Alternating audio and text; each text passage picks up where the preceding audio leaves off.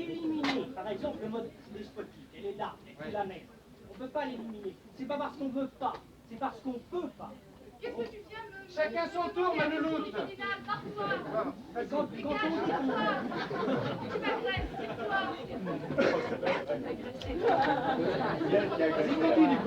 Quand on dit qu'on ne peut pas, c'est pas qu'on ne peut pas parce que le mode de pouvoir de répression n'est pas possible. C'est parce que ça ne peut pas fonctionner, c'est infonctionnable. Tu comprends? Je veux dire que là, dans le théâtre dans lequel on est, il y a...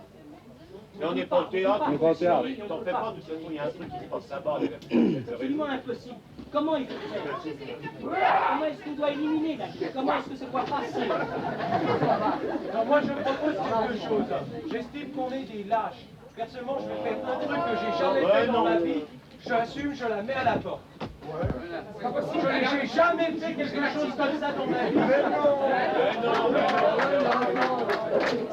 Mais c'est absolument immonde. Mais non, je n'ai jamais fait ça. Qu'est-ce que ça change? Tu peux même pas te permettre. Alors dans ce cas-là, tous les mardis, c'est nous qui serons à la porte. Parce que tous les jours, tu vas voir quelque chose comme ça. Et au nom du fait qu'on ne veut pas être répressif, alors dans ce cas, tout le monde peut se permettre. Elle nous agresse. Attends, il faut bien sortir tout de suite. Philippe. Non, d'abord, personne n'est responsable dans cette salle. Philippe, écoute une seconde. De la meuf, je sais pas.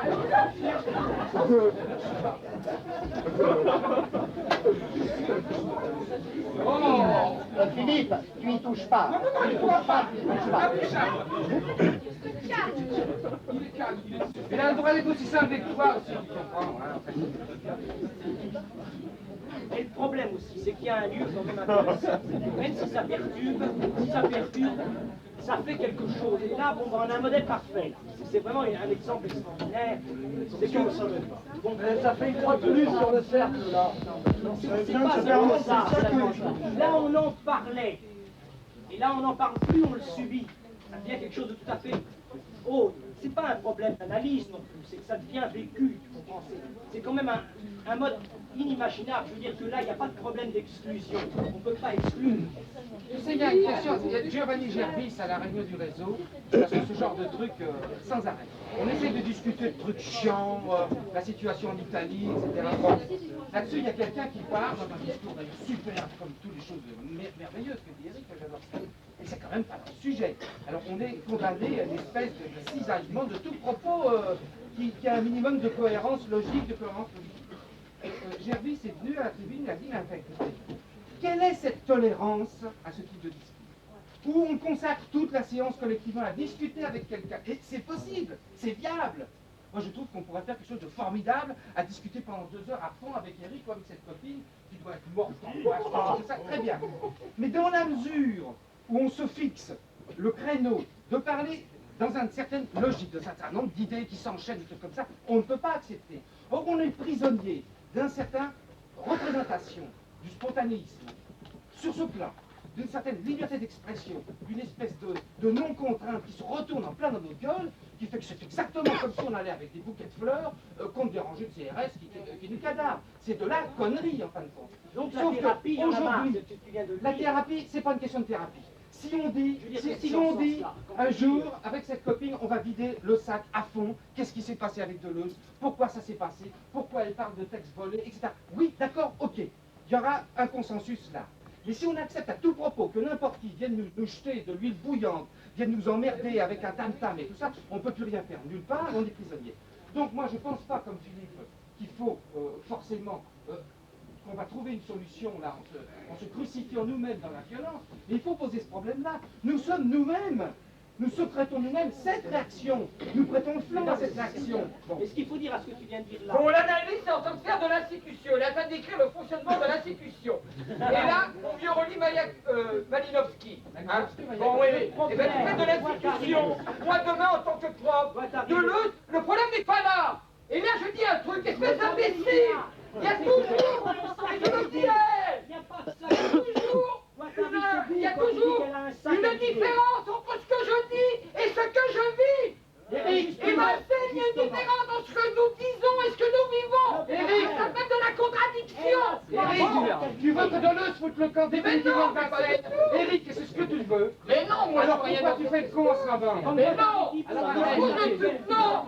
Je dis que toi tu fais de l'institution, moi Eric, c'est ce qui va se passer, c'est ce que tu souhaites. Mais non, moi je suis rien dans cette histoire. Si, parce que c'est tout la merde. Mais non. Mais peut-être qu'on peut continuer maintenant, non? Je sais pas, oui, mais je n'accepte pas. Enfin, je veux dire, en tant que tel, je n'accepte pas de continuer à analyser un modèle comme ça. Je veux dire qu'on ne peut pas faire du... Je sais pas, de faire un discours sur ce modèle-là, par exemple, en disant on va l'analyser, on va voir tout ça, non... Écoute, mon vieux, on va rien faire, parce que la semaine prochaine, il n'y aura rien ici. Ni la semaine suivante, ni le reste. Alors c'est maintenant que ça se décide. Mais je veux dire, Moi, on je peut parle pas pas au nom de l'analyser. Deleuze, il dira ce qu'il veut. On peut Mais pas c'est dire pas qu'est-ce que possible t'en de penses. continuer comme ça. C'est pas possible. D'ailleurs, ça le prouve exactement. C'est qu'il y a des lignes partout, ça gueule de partout, on s'entend pas, on comprend rien à rien. Et ça explique tout. C'est pas vrai ça. On comprend très bien. Moi, je suis là, on va là pendant des années, ça se passait bien, il n'y a pas de on s'en fout de cette à la limite, cette fiche, mon taf, comme de ma première culotte, ça m'intéresse pas ce qu'il raconte à la limite. Et du tout. Je sais pourquoi, parce que je connais ces films depuis longtemps. L'histoire, ça m'intéresse pas. Le problème, c'est que si on pose le problème d'une exclusion, il faudrait savoir comment ça se passe et s'il y a un mode d'exclusion. C'est elle qui s'excluse. Mais non, il n'y en a pas, la preuve, c'est que Justement, non, il y en a pas. on est là comme des cons. Il n'y en a pas. Et s'il n'y en a pas, qu'est-ce qu'il faut faire alors, hein? On est baisé sur toutes les lignes là. On n'en sortira jamais. Mais si, mais on sort tous les matins, moi je fonctionne tous les jours, qu'est-ce que tu crois? Tous les jours, dans le métro, au boulot, à l'école, partout, ça marche, qu'est-ce que tu crois, avec le sourire en plus? Mais non. Comment non? Mais si, je suis là, regarde enfin. La maternelle et l'Élysée, ça fonctionne, c'est pas... De toute manière, moi je pose un vote. Est-ce que le cours continue, c'est-à-dire dans les mardis suivants, etc., ou bien il ne continue pas? Je pense qu'à partir du moment où on ne prend pas notre responsabilité pour exclure quelqu'un qui empêche le cours, du fait que ça peut se reproduire et ça se reproduira chaque mardi, du coup il n'y aura plus rien, c'est à nous en tant que ça de prendre notre responsabilité. Mais le rôle de Non mais de toutes ces manières, il y a Deleuze qui est là et ça se passe entre Deleuze et elle avant que ça se passe entre nous tous. C'est-à-dire qu'il y a un truc là. Hein. C'est pas du tout, je veux dire que nous, même si on vote, bon, Deleuze va dire non, elle est là, elle me fait chier, je sais pas. On peut voir avec lui, je sais pas. Mais c'est pas une affaire entre Deleuze et elle, c'est une Mais affaire entre si, nous tous et elle aussi. Entre nous tous et elle, mais aussi, je veux dire, Tu es en train de parler à un niveau de connerie, c'est pas possible encore. On est réduit à une raison politique de bestiaux là-dedans. Wagon à bestiaux vers les camps. Voilà. Voilà, moi je voudrais dire, Jacques, je me réveille de ma catatonie et je dis, je pose deux questions. D'une part, qu'est-ce qu'on fait ici? Parce que finalement, je me dis, on est très modeste. Qu'est-ce qu'on fait ici qui est d'une nature si bizarre que ça déchaîne un certain type d'agression? On en a eu des exemples assez différents. Là, c'est un cas qui me semble particulièrement pénible aujourd'hui. Deuxième question, qu'est-ce qui fait que nous sommes, et que nous avons peut-être des raisons, je ne dis pas que c'est des bonnes raisons, d'être sans défense devant de telles agressions? Alors, en un sens, c'est pas mal d'apprendre du dehors. Que ce qu'on fait ici, ben, il faut pas que ça fait chier quelque part, je sais pas quelqu'un. Bon, tout d'un coup, on est sans défense dans la mesure où quelqu'un entre, c'est très facile à quelqu'un de tout seul de mettre le bordel dans une salle. Le rapport de force est en faveur de quelqu'un qui est tout seul. À moins qu'il se trouve devant une salle école, avec ses troupes de choc, avec son service d'ordre. Moi, personnellement, je suis un peu perdu aujourd'hui, et puis alors, ça m'intéresse tellement pas,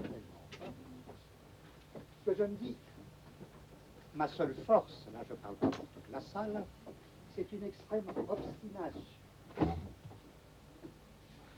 Il pourra se passer 3 mardis où, rien de plus simple, on nous casse le travail.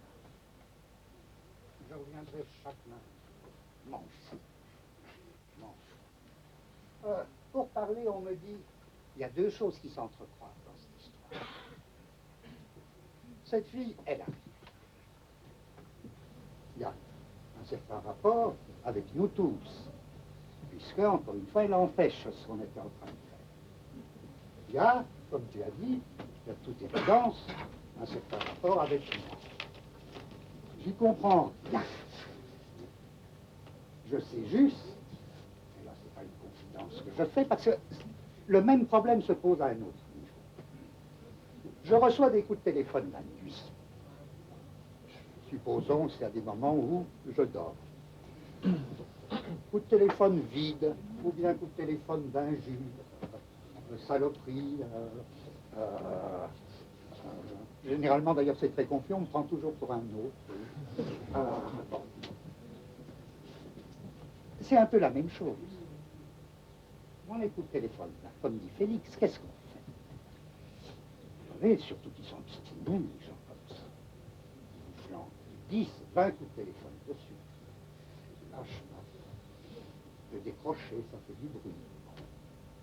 Qu'est-ce qu'on fait? Un beau jour, on trouve quelqu'un même sur son paillasson.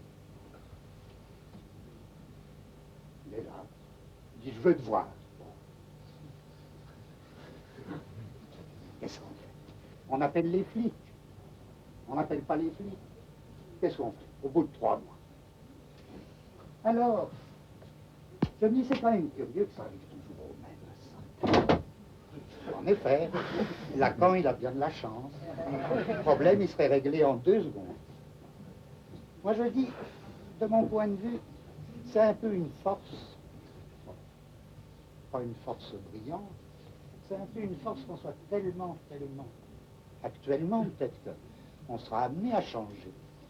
Mais pas dans.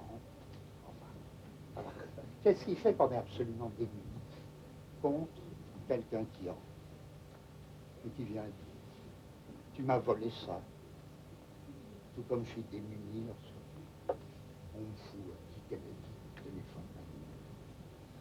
Qu'est-ce qui fait ça? Alors moi, je dirais presque, du coup ça devient très inutile, je dirais presque, c'est la nouveauté, mais c'est une certaine nouveauté de ce qu'on fait. C'est une certaine nouveauté de ce qu'on fait, qui fait que, bon, il y a quelqu'un qui arrive. Je pense à un livre récent, parce que là, ça me paraît dégueulasse. On nous appelle le courant. Le courant. Je suis quand même charrié parce que je dis bien que Lacan n'y est pour rien. Mais c'est des lacaniens marxistes, comme dirait Eric. Ils parlent de nous en disant le courant. Alors je me dis quand même, s'il y a un courant, et s'il y a un courant organisé, bon, nous on est vraiment rien. On fait un travail dans notre coin, là. Bon, encore une fois, qu'est-ce qu'on peut monter comme riposte? Si on vient nous empêcher de travailler, moi j'aimerais bien imaginer des ripostes. Je dis, c'est un peu à la fois, et la nature de ce qu'on fait, qui nous rend tellement sans défense, et en même temps, je vois comme moyen de défense. Bon, je dis, non, je pars pas. J'ai eu tort de dire que je partir. Je pars pas. J'attends que tu partes. Et puis, si ça dure plus longtemps, si tu restes, je finirai par partir. Voilà. Mais je crois que le seul moyen, c'est tenir. On n'a que de la défense devant des cas comme ça, à mon avis. faudrait trouver mieux. Faudrait trouver mieux. Moi, je vois pas mieux pour le moment. D'où je retombe dans ma catapulte.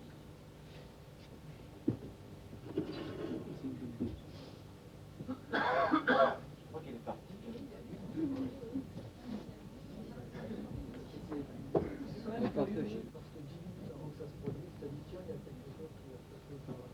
Tu t'avais pas encore vu son visage. Dans quelle mesure t'as pas déclenché le... Eh oui, Je t'accuse pas, hein. j'ai peur de moi-même. Si, elle est venue tout l'année dernière, monsieur. Elle est partie. C'est vrai?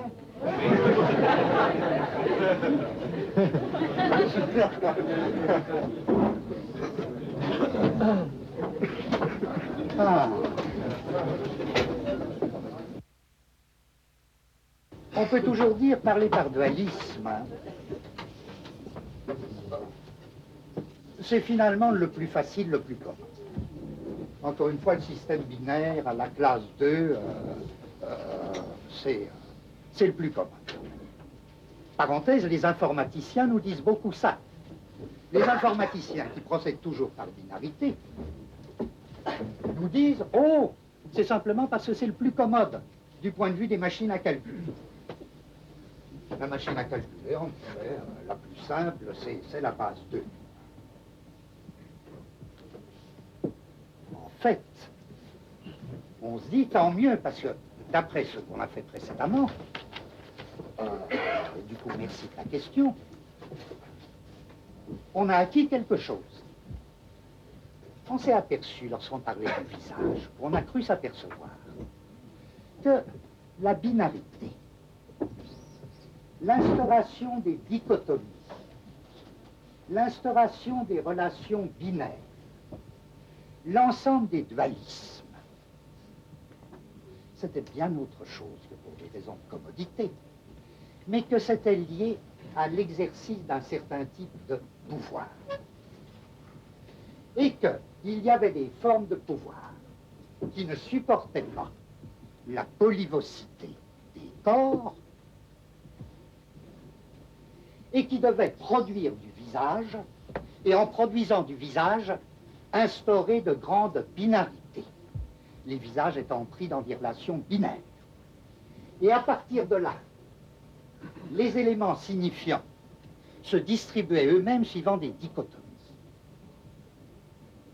Or, un exercice de pouvoir, on l'a vu aussi, c'est quelque chose qui marque complètement le langage dominant. C'est quelque chose qui marque du plus profond l'exercice du langage et l'usage de la parole.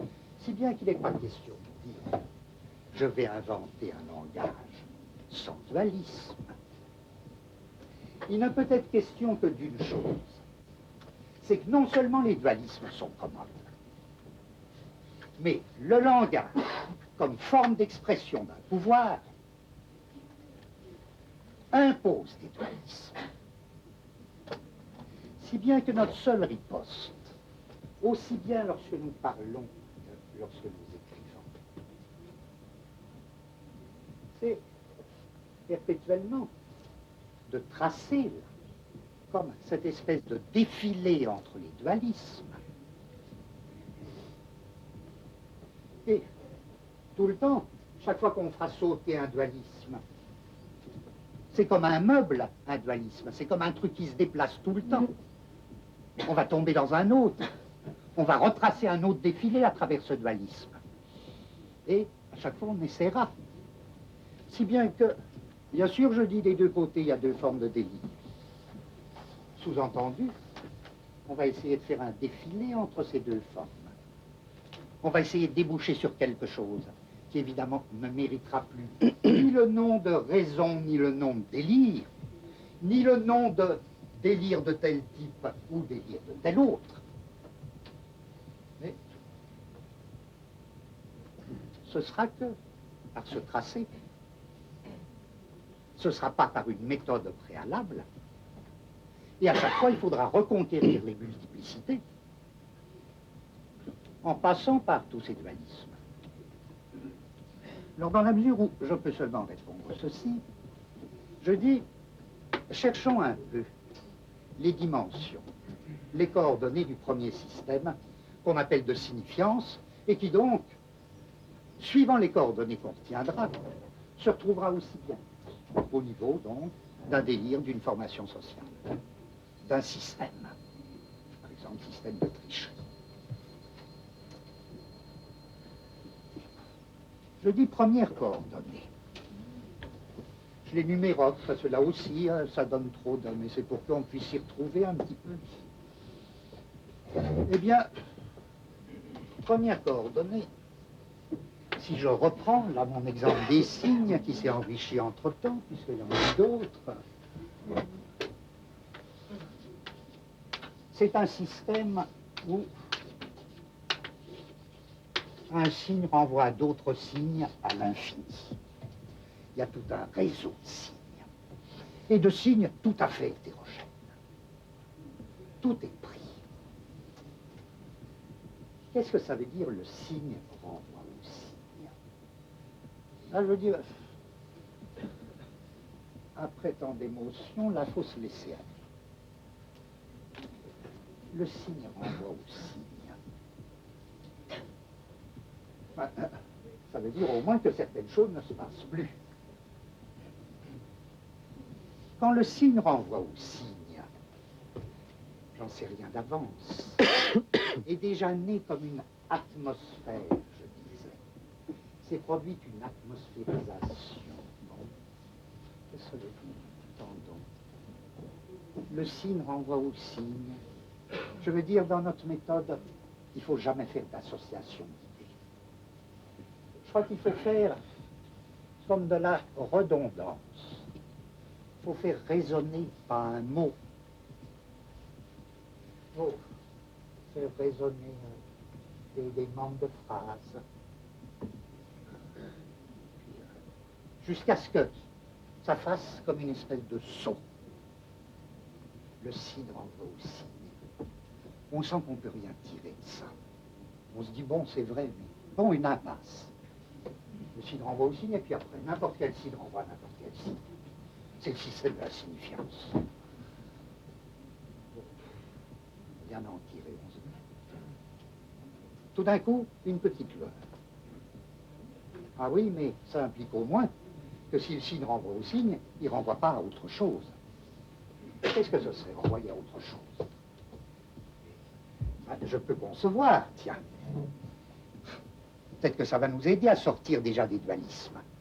Je peux concevoir un signe qui renvoie à autre chose qu'à un autre signe. Un signe peut renvoyer à un état de choses. Un état de choses très variable. Par exemple, la fumée, signe du feu. Il est vrai que le feu peut être lui-même un signe. Alors on retombe dans notre histoire. Et le feu peut être considéré comme état de choses. Le signe renvoie à un état de choses. C'est pas la même chose que dire le signe renvoie au signe. Tiens, une peinture corporelle sur le corps, on va dire, sur le corps d'un membre d'une tribu. Ça renvoie à un état de choses très spécial, en apparence. C'est un code qui renvoie à une territorialité. Est-ce que tous les états de choses ne sont pas de ce type? Les animaux, il est bien connu que les animaux émettent des signes. Par exemple, les excréments sont volontiers, qui sont eux-mêmes des états de choses, mais sont volontiers érigés par l'animal en signes. Signe de quoi? Signe des limites de son territoire. Le signe peut donc renvoyer à un état de choses, généralement, là je me demande pas, on n'a pas le temps, si tout état de choses est une territorialité, Mais je dis juste le signe qui renvoie à un état de choses, généralement, réductible à une territorialité.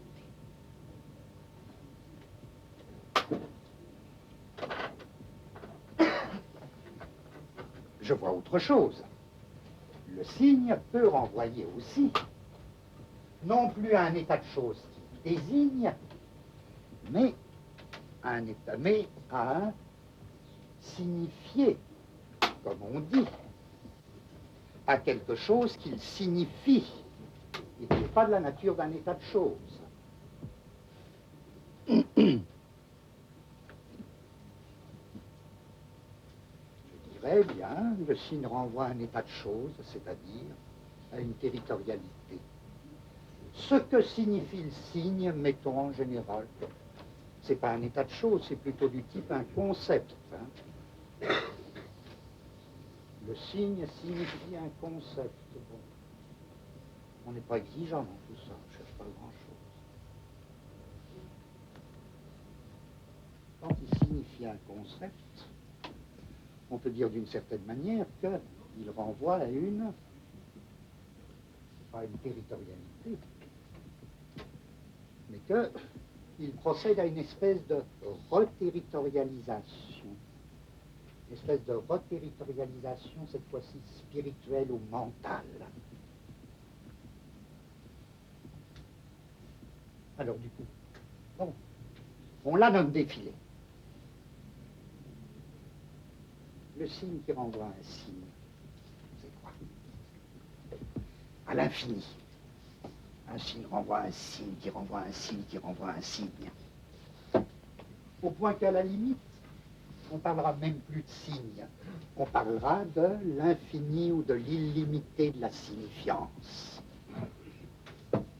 L'infini, l'illimité de la signifiance, c'est possiblement cet état du signe qui renvoie à un signe quelconque. Le signe qui renvoie au signe, en tant qu'il renvoie au signe, c'est un signe déterritorialisé.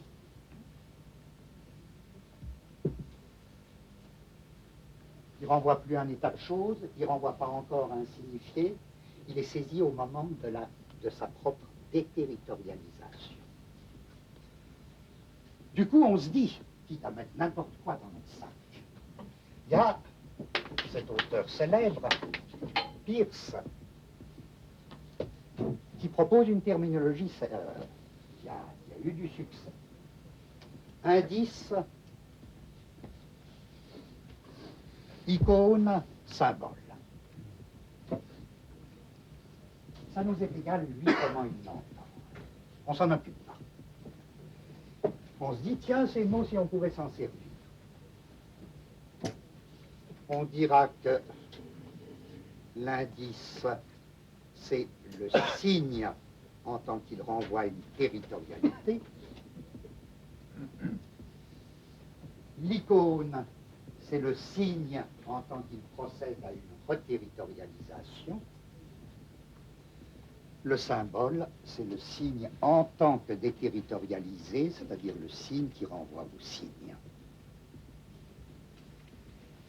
Mais comment c'est possible un tel réseau où un signe quelconque renvoie à un signe quelconque? Encore une fois, il n'y a plus d'état de choses à ce niveau. Où il n'y a plus, comme ils disent, de référent. Il n'y a pas non plus de signifié. Simplement, le signe devient signifiant lorsque il renvoie au signe à l'infini. Alors c'est bizarre, ça, ce statut. Ça implique quoi, ce réseau de signes devenu signifiant? Ils deviennent signifiants, un signe devient signifiant précisément par son renvoi à l'illimité, à un autre signe.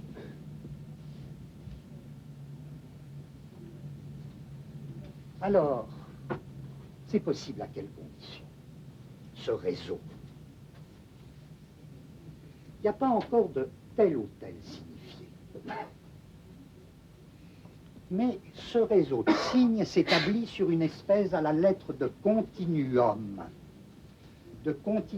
glissant, de continuum visqueux,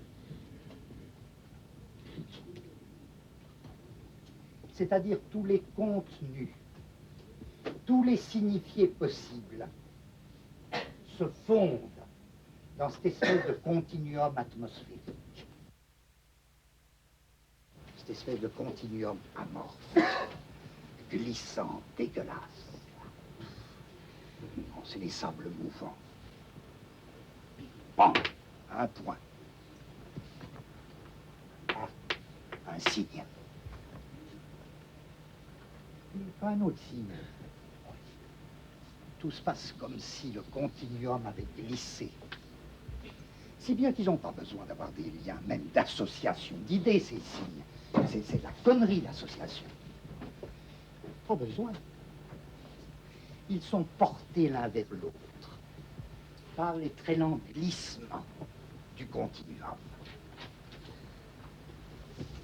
Alors, pour une fois, le chien, le masque, il n'y a aucune association.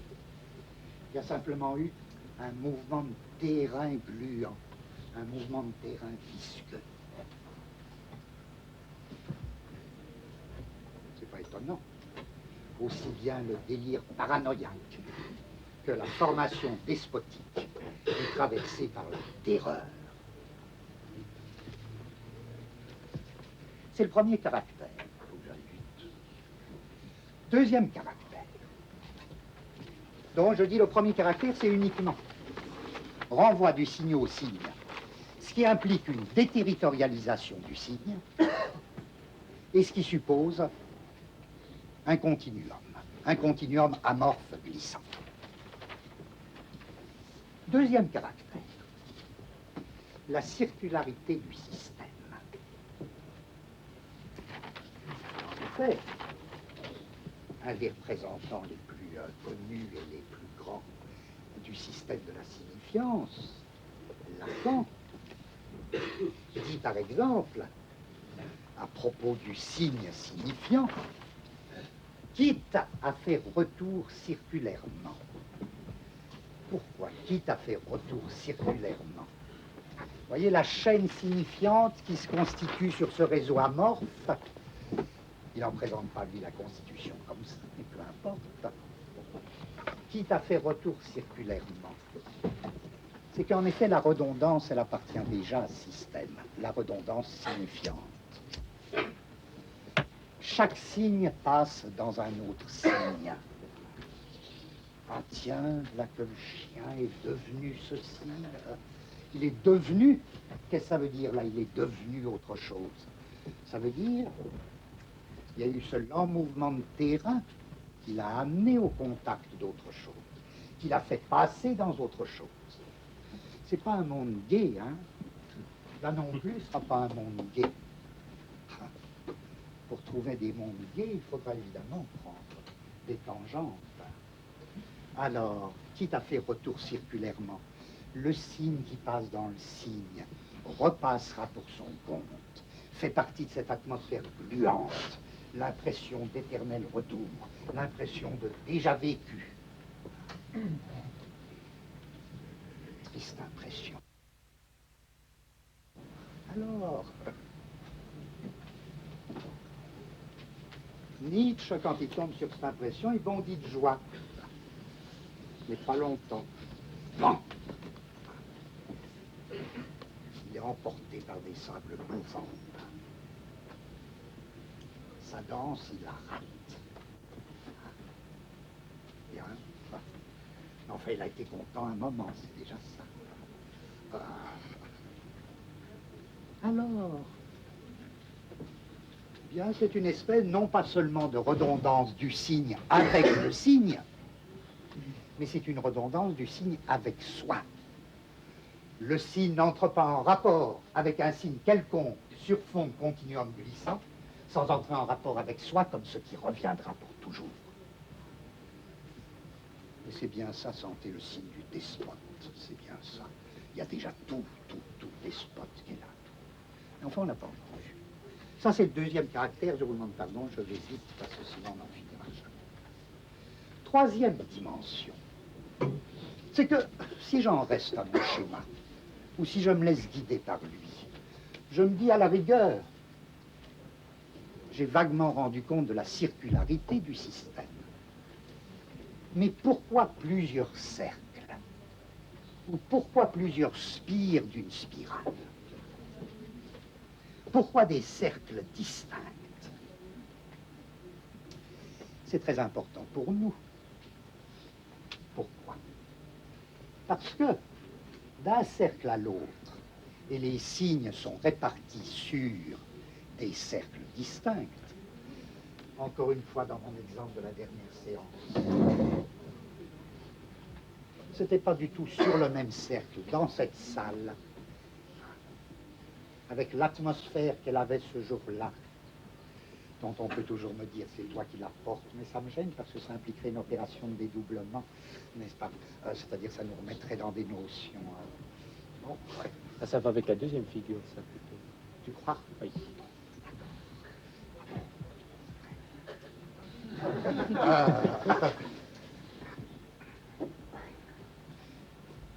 C'était pas sur les mêmes spires ou pas sur les mêmes cercles que les différents signes surgissaient. Le chien, je dis encore une fois, il faisait partie du cercle le plus extérieur. Par parenthèse, en tant que signe appartenant à cette formation-là, c'était un chien déterritorialisé. Enfin, il n'avait pas sa territorialité ici. C'était un chien déterritorialisé. Gentil comme tout, d'ailleurs. Mais déterritorialisé.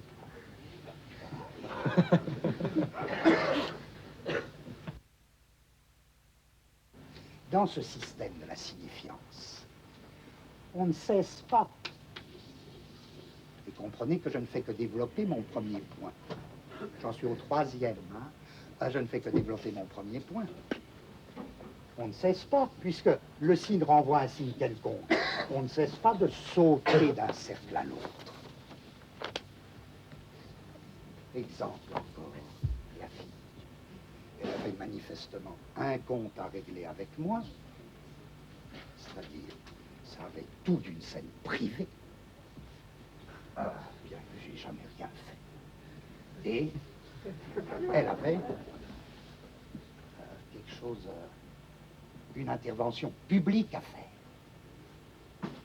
Elle faisait un saut. Je crois que c'est pour ça que Félix a dit. Mais il s'est fait traiter le psychiatre. Pour ça qu'il a dit, mais elle a de l'angoisse. Elle aussi, elle a de l'angoisse. Elle nous fout l'angoisse, mais elle en a aussi. Elle sautait d'un cercle à l'autre. Bon. Curieux, ça. Parce que dans ce système, on n'a pas encore parlé du despote, mais sortez, il est là tout le temps. Il est à l'arrière-fond déjà. Sous quelle forme? Ses yeux sont là. Eh ben, il y a des sauts réglés.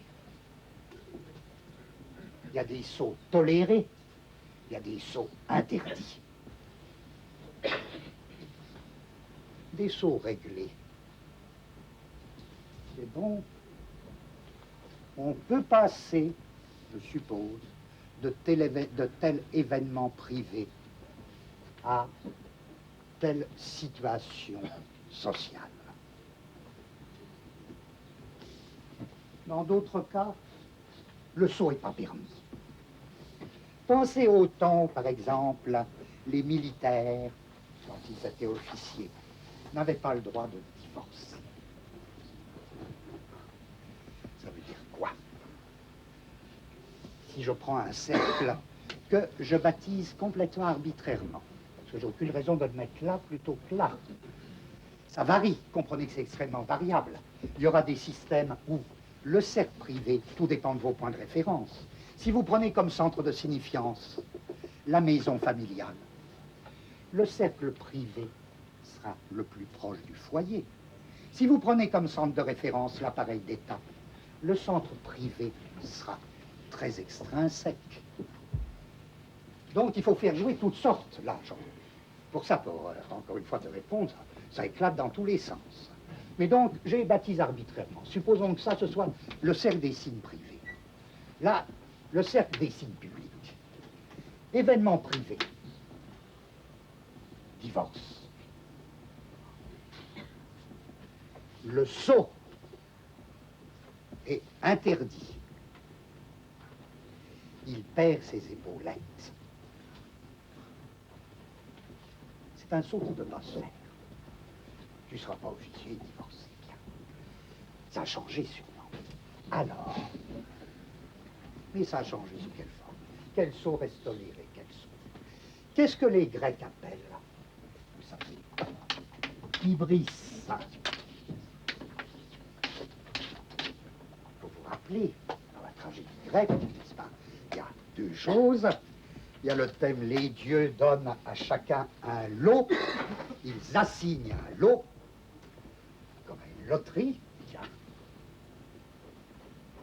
Et l'homme de l'hybris, c'est celui qui saute trop loin, qui dépasse son lot.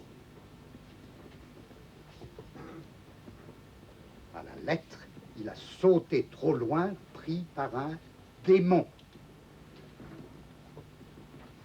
Alors, le héros grec, généralement, il est possédé par l'hybris, ce qu'on traduit généralement par la démesure.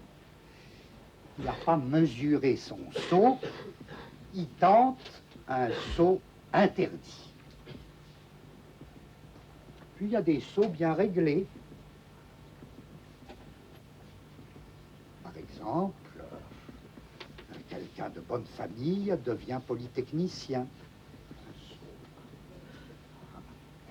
Ça, c'est permis. Il y a toutes sortes de règlements, notamment dans des formations despotiques très anciennes, du côté de l'Amérique du Sud, où sont réglementés les passages entre les signes privés et les signes publics. Par exemple, entre un événement, une femme trompe son mari, et le droit qu'a le mari de se retirer à la périphérie du village pour appeler la calamité sur le village jusqu'à ce que des rites de purification aient lieu.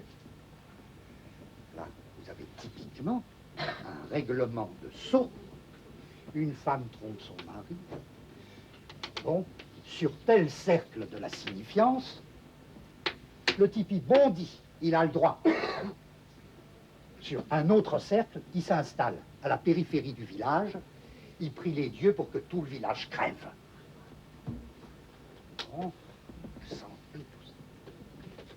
C'est toujours le continuum glissant qui lui permet ça.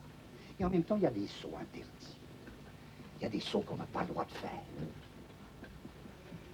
Alors, je dis, c'est bien pour ça que notre schéma opère par une multiplicité de cercles. Mais je ne dis pas d'où ça vient, cette multiplicité de cercles. Or, c'est tout simple d'où ça vient. On a la réponse dans nos deux derniers points. La multiplicité de mes cercles, elle vient de ceci. C'est que le signe qui renvoie au signe, soit sur le même cercle, soit d'un cercle à l'autre, c'est l'état déterritorialisé du signe. Je vais essayer de dire pourquoi. C'est le signe en tant que déterritorialisé. Sinon, il renvoie à autre chose qu'à un signe. Seulement, déterritorialisé, c'est jamais un état, c'est un mouvement. Or, d'après leur origine, d'après les territorialités dont ils émanent, les signes n'ont évidemment pas la même vitesse, ni la même nature de déterritorialisation. Du coup, c'est forcé qu'il n'y ait pas un seul cercle, mais qu'il y ait les spires d'une spirale. Les spires ou les cercles différents, se distinguant d'après les vitesses, la nature de la déterritorialisation des signes qui sont assignés sur chaque cercle, sur chaque spire. Ça a l'air compliqué, c'est très simple en même temps. Il suffit de se laisser aller. Donc voilà, j'ai déjà 3 coordonnées. Première coordonnée, Le signe renvoie au signe à l'infini. C'est ça la signifiance. Et c'est ça l'état de déterritorialisation du signe. Deuxième coordonnée. Le système est circulaire, est nécessairement circulaire.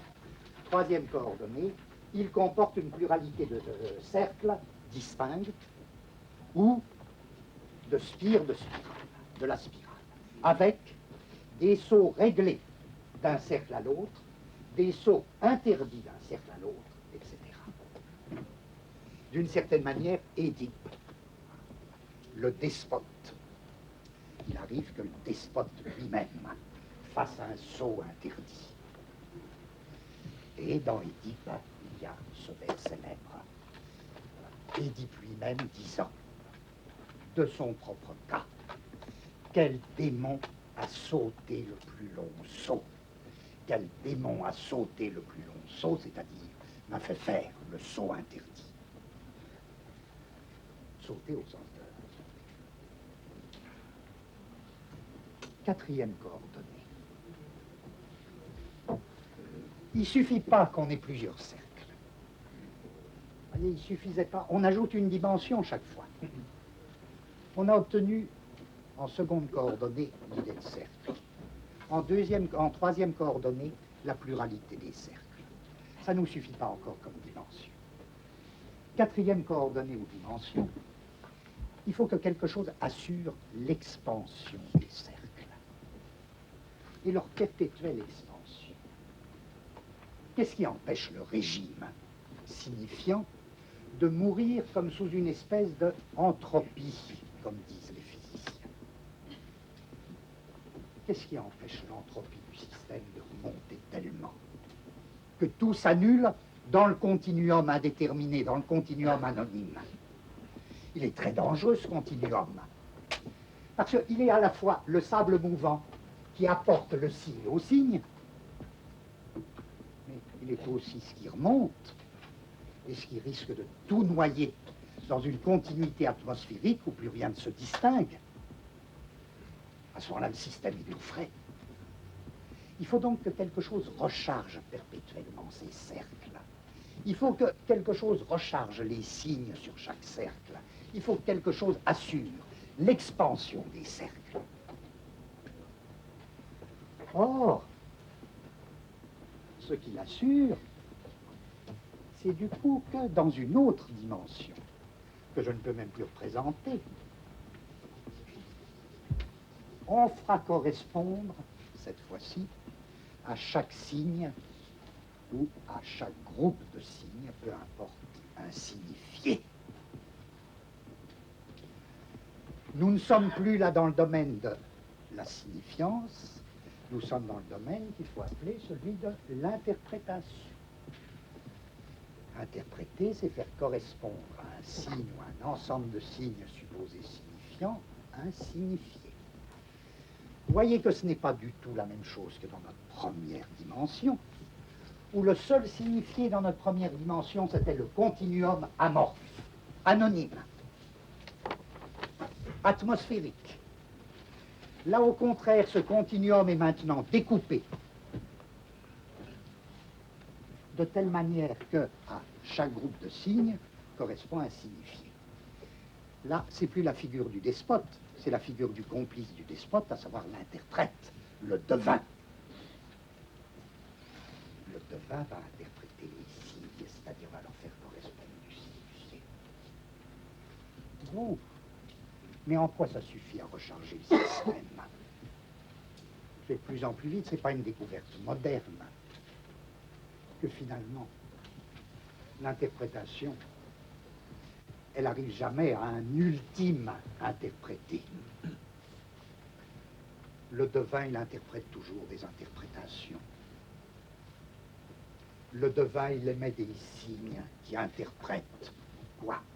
Les signes de la déesse à l'infini.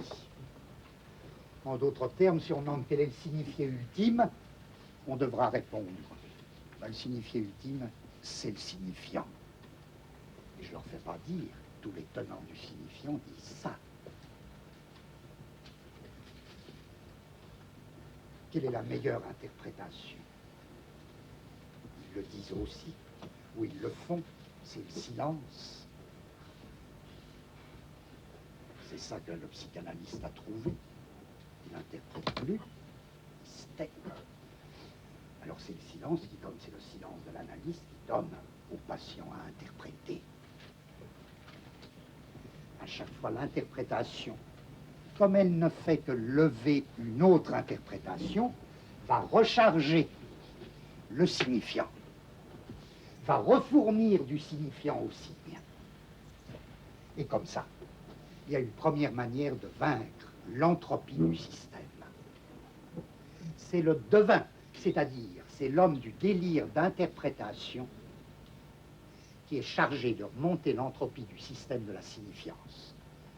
Si bien qu'à la limite, là, par parenthèse, on a un moyen déjà de distinguer paranoïa et interprétation. C'est bien dans le même groupe, mais c'est pas du tout la même chose. C'est donc parce que le signifié ne cesse de renvoyer au signifiant, et en dernière instance n'est rien d'autre que le signifiant lui-même, que l'interprétation qui assigne le signifié par rapport à un groupe de signes va recharger toujours la signifiance. C'est bien que la machine de signifiance va constamment être rechargée à ce niveau du dedans.